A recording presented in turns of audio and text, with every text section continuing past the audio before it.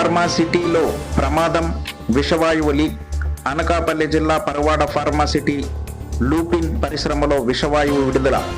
6 కార్మికులకు అస్వస్థత, వైద్యం నిమిత్తం హాస్పిటల్కి తరలింపు. సమగ్రమైన విచారణ చేయండి. ఎందుకు ఈ రకంగా అస్వస్థకు గురయ్యారు, అస్వస్థకు గురవడానికి ఏ వాయువులు కారణమయ్యాయి? గత నెల 8వ తేదీన కూడా ఒక కార్మికుడు తీవ్రమైనటువంటి అస్వస్థకు గురయ్యి ఒక కార్మికుడు 24 రోజుల పాటు దగ్గరగా ఆసుపత్రిలో చికిత్స పొందినటువంటి పరిస్థితి. అందుకని భద్రతా ప్రమాణాలు కానీ, వాయువులు విడుదలైనప్పుడు తీసుకోవాల్సినటువంటి జాగ్రత్తలు కానీ అన్నింటి మీద కూడా సమగ్రమైన దర్యాప్తు విచారణ చేయవలసినటువంటి అవసరం ఉంది.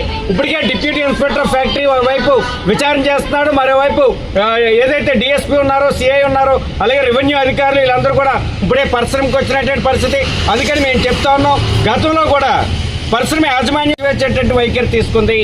ఇప్పుడు కూడా తెల్లవారి 3:30 గంటలకి ప్రమాదం జరిగితే జిల్లా కలెక్టర్కి రిపోర్ట్ చేయడంలో నిర్లక్ష్యంగా వ్యవహరించారు. అందుకని అధికారులు సమాచారాన్ని గోప్యంగా ఉంచేటువంటి పని కొంతమంది అధికారులు చేస్తా ఉన్నారు. అలాగే పరిశ్రమ యాజమాన్యం మాత్రం పూర్తిగా కార్మికుల యొక్క ప్రాణాలతో చెలగాటమాడుతూ ఉంది. లూపిన్ ఫార్మాలో గతంలో జరిగినటువంటి ప్రమాదాన్ని కూడా యాజమాన్యం దాచివేయాలని చూసింది. కార్మికుడి యొక్క ప్రాణాలతో చెలగాటమాడింది. అందుకని ఇట్లాంటి పరిశ్రమ మీద సమగ్రమైన దర్యాప్తు చేయండి.